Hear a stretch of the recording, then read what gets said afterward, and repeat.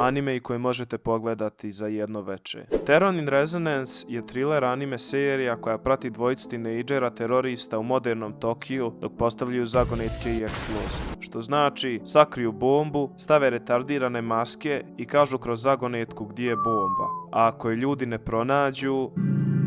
Sve treba minirati, sve vas treba minirati. 91 Days je mračan i napet anime smješten u periodu prohibicije u Americi. Imate glavnog lika koji sretno živi sa svojom porodicom. Jednu noć dođe banda i pobije mu cijelu familiju, ali on uspijeva pobjeći. Zatim mijenja svoje ime i pridružuje se toj bandi kako bi ih pobio iznutra. Devilman Crybaby. Ukratko, imate dva druga i oni tako odu na žurku i...